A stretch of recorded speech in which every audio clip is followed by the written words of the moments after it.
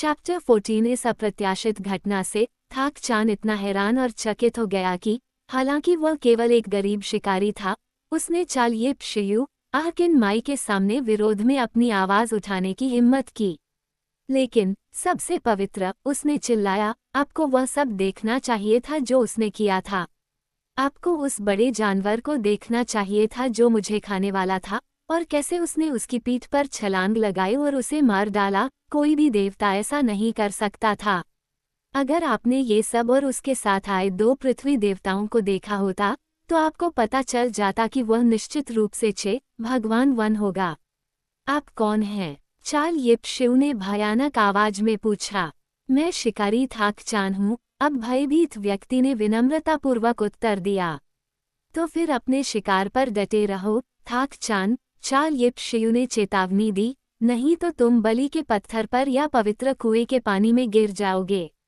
चले जाओ। थाक चांद चला गया। वह अपनी दुम को पैरों के बीच दबाए कुत्ते की तरह चुपके से बाहर निकल गया।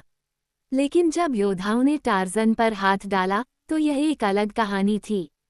हालांकि वह चालयेप शियू के शब्दों को नहीं समझ पाया था, लेकिन वह उस आदमी के लहजे और व्यवहार से जान गया था कि सब कुछ ठीक नहीं था, और जब उसने थाक चांद को चुपके से भागते हुए देखा तो उसे इस बात का दोगुना यकीन हो गया, और फिर योद्धाओं ने उसे घेर लिया और उस पर हाथ डाल दिया।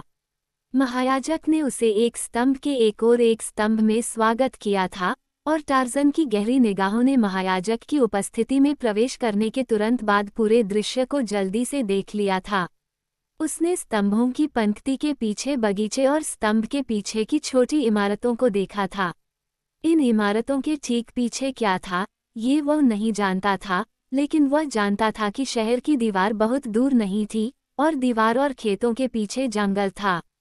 उसने योद्धाओं के रोकने वाले हाथों को झटक दिया और छलांग लगाकर उस निम्न मंच पर पहुंचा जहां चालयेप शिव बैठा था, और महायाजक को एक ओर फेंककर वह बगीचे में छलांग लगा दी, दौड़कर स्तंभ पंक्ति को पार कर लिया और आगे की इमारत की दीवार पर चढ़ गया। योद्धाओं ने शापों, बाणों और गोफन से पत्थरों की वर्षा करते हुए उसे परकोटे के पार तक पीछा किया, किंतु केवल शाप ही उस तक पहुंचे और वे हानिरहित थे। वह इमारत की छत पार करके आगे की गली में उतर गया। गली में लोग थे, लेकिन वे डर के मारे पीछे हट गए क्योंकि इस कांस्य दानव ने उन्हें किनारे कर दिया और शहर की दीवार की ओर भाग गया। इस गली के अंत में एक द्वार था, लेकिन यह वह द्वार नहीं था जिसके माध्यम से वह शहर में आया था, और यहाँ तैनात योद्धाओं को उसके बारे में कुछ भी पता नहीं था। उनके लिए वह केवल एक लगभग नग्न अजनबी था, जाहिर तौर पर एक विदेशी जाति का व्यक्ति, और इस प्रकार एक दुश्मन जिसका चिचेन इत्सा की दीवारों के भीतर कोई काम नहीं था। इसलिए उन्होंने उसका रास्ता रोकने और उसे गिरफ्तार करने की कोशिश की, लेकिन टार्जन ने उनमें से एक को पकड़ लिया और उसके टखनों को पकड़कर उसे एक डंडे की तरह इस्तेमाल किया ताकि वह अन्य योद्धाओं के बीच से निकलकर गेट से बाहर निकल सके। वह आखिरकार आज़ाद हो गया, लेकिन तब उसे इस बात पर कोई संदेह नहीं था कि वह आज़ाद हो जाएगा, क्योंकि वह इन छोटे छोटे आदमियों को घृणा से देखता था जो आदिम हथियारों से लैस थे। वे जंगल के राजा टार्जन को कैसे पकड़ सकते थे? तभी उनके एक गोफन से एक पत्थर उसके सिर के पीछे लगा और वह बेहोश होकर अपने चेहरे के बल आगे की ओर गिर पड़ा। जब टार्जन को होश आया तो उसने खुद को एक कमरे में लकड़ी के पिंजरे में पाया, जिसमें एक खिड़की से हल्की रोशनी थी। कमरे की दीवारें लावा के सुंदर ढंग से सजाए गए और फिट किए गए ब्लॉकों से बनी थीं। खिड़की लगभग 2 फीट वर्गाकार थी और छत के पास थी। कमरे में एक दरवाजा भी था, जो एक भारी लकड़ी के दरवाजे से बंद था, जिसके बारे में टार्जन ने अनुमान लगाया कि बाहर से बोल्ट लगा हुआ था।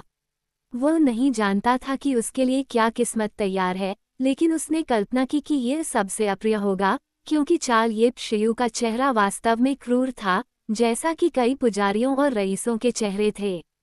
टार्जन ने अपने लकड़ी के पिंजरे की सलाखों को परखा और मुस्कुराया। उसे पता था कि वह जब चाहे तब पिंजरे से बाहर निकल सकता है, लेकिन कमरे से बाहर निकलना एक अलग सवाल हो सकता है।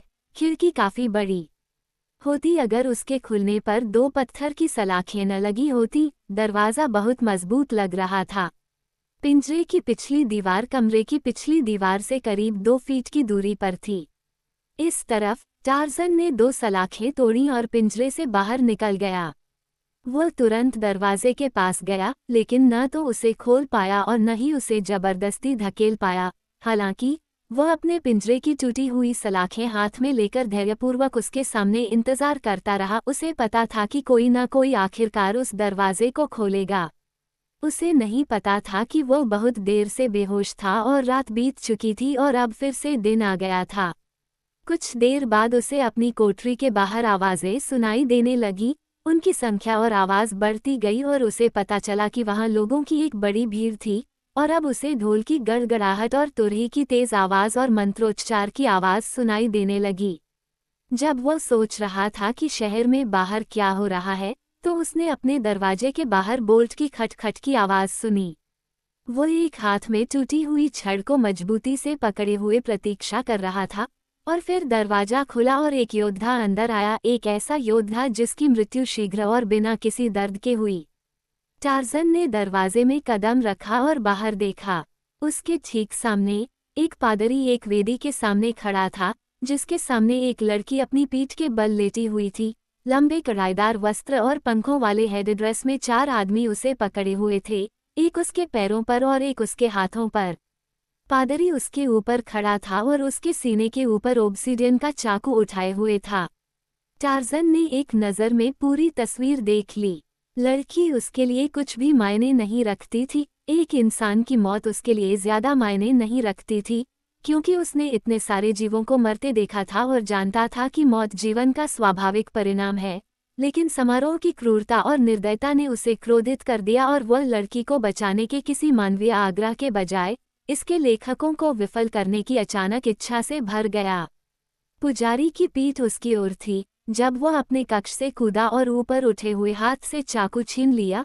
फिर उसने पुजारी को उठाया और लड़की को पकड़े हुए 2 छोटे पुजारियों पर फेंका, जिससे उनकी पकड़ टूट गई और वे मंदिर के फर्श पर गिर गए। अन्य 2 पुजारियों को उसने अपने लकड़ी के डंडे से मार गिराया। इस अद्भुत प्रदर्शन ने दर्शकों को स्तब्ध और बेदम कर दिया और उसे रोकने के लिए कोई हाथ नहीं उठा, क्योंकि उसने लड़की को वेदी से उठाया, उसे एक कंधे पर लटकाया और मंदिर के द्वार से छलांग लगाई। टार्ज़न को वह रास्ता याद आ गया जिससे उसे महल के मंदिर तक लाया गया था, और अब वो उसी रास्ते से वापस शहर में चला गया। महल के गेट पर 2 हैरान पहरेदारों के सामने से उन्होंने उसे एक गली में गायब होते देखा, लेकिन वे उसका पीछा करने के लिए अपनी चौकियों को छोड़ने की हिम्मत नहीं जुटा पाए। लेकिन लगभग तुरंत ही एक चीखती हुई भीड़ उनके पीछे पीछे उस अजनबी का पीछा करने लगी जिसने उनके मंदिर को अपवित्र किया था और उनके भगवान की वेदी से बलि छीन ली थी। शहर लगभग सुनसान था, क्योंकि सभी निवासी बलिदान देखने के लिए मंदिर के चौक में एकत्र हुए थे, और इसलिए टार्ज़न बिना किसी परेशानी के और बिना किसी की निगरानी के चिचेन इत्जा की संकरी घुमावदार सड़क से भाग गया। वह तेजी से भागा, क्योंकि वह पीछा करने वाली भीड़ की चीखें सुन सकता था और वह नहीं चाहता था कि वह उससे आगे निकल जाए। उसके कंधे के पार बैठी लड़की ने भागने की कोशिश नहीं की, वह बहुत ज्यादा डरी हुई थी। इस अजीबोगरीब लगभग नग्न दैत्य द्वारा मौत के मुंह से छीने जाने के बाद वह केवल यह अनुमान लगा सकती थी कि उसके लिए क्या भयानक नियति प्रतीक्षा कर रही थी। उसने थाक चांद द्वारा बताई गई कहानी सुनी थी, क्योंकि यह पूरे शहर में फैल गई थी, और उसने सोचा कि शायद ये वास्तव में लॉर्ड फॉरेस्ट था। ऐसी संभावना का थोड़ा सा भी संकेत छोटी इत्ज़ल्चा को इतना भयभीत कर देता कि वह चाहकर भी हिल नहीं पाती, क्योंकि देवता बहुत डरावने प्राणी होते हैं और उनका विरोध नहीं किया जा सकता। अगर लॉर्ड फॉरेस्ट उसे ले जाना चाहता तो उसका विरोध करना निश्चित रूप से मौत होगी, ये वह जानती थी, और इसलिए इत्ज़ल्चा अपने बचावकर्ता के चौड़े कंधे पर बहुत चुपचाप लेटी रही। टार्ज़न को पीछा करने वालों की आवाज़ों की घटती आवाज़ से पता चल गया कि उसने भीड़ को अपने रास्ते से हटा दिया है। वह जल्द ही शहर की दीवार पर पहुंच गया, जो किसी भी गेट से कुछ दूरी पर थी। अकेले वह चोटी पर पहुंच सकता था, लेकिन लड़की के साथ बोझ होने के कारण वह ऐसा नहीं कर सकता था, इसलिए उसने जल्दी से अपने आसपास देखा कि वहां कैसे चढ़ना है। दीवार के ठीक अंदर एक संकरी गली थी, जो लगभग 15 फीट चौड़ी थी, जिसके किनारे अलग अलग ऊंचाई की इमारतें और शेड थे, और यहाँ टार्ज़न ने अपना रास्ता देखा।